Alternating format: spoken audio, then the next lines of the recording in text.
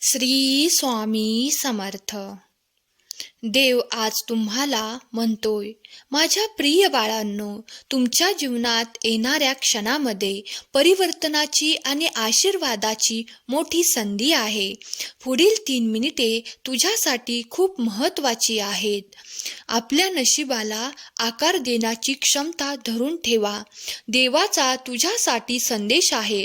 घाबरू नकोस. कधी कधी लोक घाबरतात कारण ते कुठे जात आहेत, पुढे काय करायचे आहे हे त्यांना माहीत नसते. पण जेव्हा आपण हरतो तेव्हाच देव आपल्याला मार्ग दाखवू शकतो. माझ्या बाळांनो, आयुष्यामध्ये येणाऱ्या संकटांना नेहमी संधी म्हणून स्वीकारा.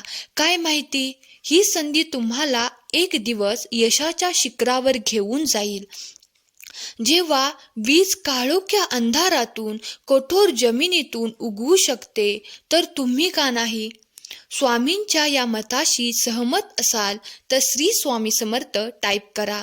स्वामी म्हणतात, आता तुमच्या आयुष्यात किती चांगल्या गोष्टी येणार आहेत याची तुम्हाला जाणीव आहे का? तुम्ही अजूनही पूर्ण आयुष्यातील सर्वोत्तम दिवस जगला नाहीत. तुमच्या मागे तुम्हाला हसणारे नेहमी तुमच्या मागेच राहतात, हे लक्षात ठेवा. तुमच्या आयुष्यात कितीही संकटे आली तरी थंड राहा आणि माझ्यावर विश्वास ठेवा. कारण जो संकटात स्वतःला शांत ठेवून संकटावरती मात करतो तोच खरा स्वामी भक्त.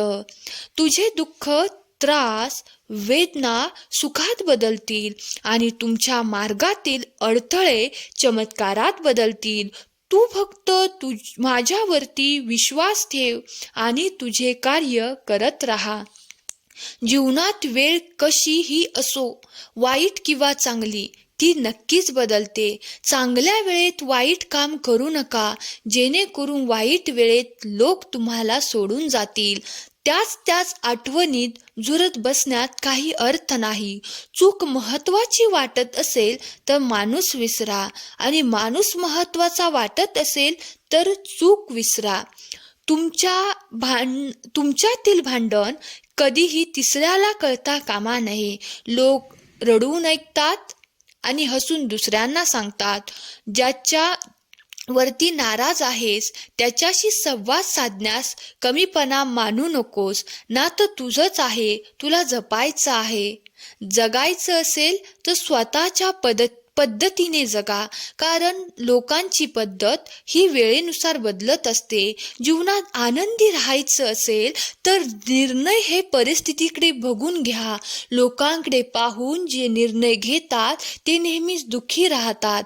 कोणी धनाने श्रेष्ठ तर कोणी पदाने, कोणी वयाने, पण जे ज्ञानाने श्रेष्ठ आहेत त्यांनाच श्रेष्ठ मानले जाते. नेहमी मोठी स्वप्ने पहा. जरी तुम्हाला चंद्र सापडला नाही तरी चालेल, पण तुम्ही निश्चितपणे आकाश तरी गाठाल. भिवू नकोस, मी तुझ्या पाठीशी आहे. प्रत्येक वेळी हे वाक्य लक्षात ठेव. हे वाक्य पुरेसे आहे कोणत्याही संकटावर मात करण्यासाठी. मनामध्ये श्रद्धा आणि विश्वास असेल तर कोणतीही गोष्ट अशक्य नाही. हा संदेश शेवटपर्यंत ऐकल्याबद्दल धन्यवाद. श्री स्वामी समर्थ. जय जय स्वामी समर्थ.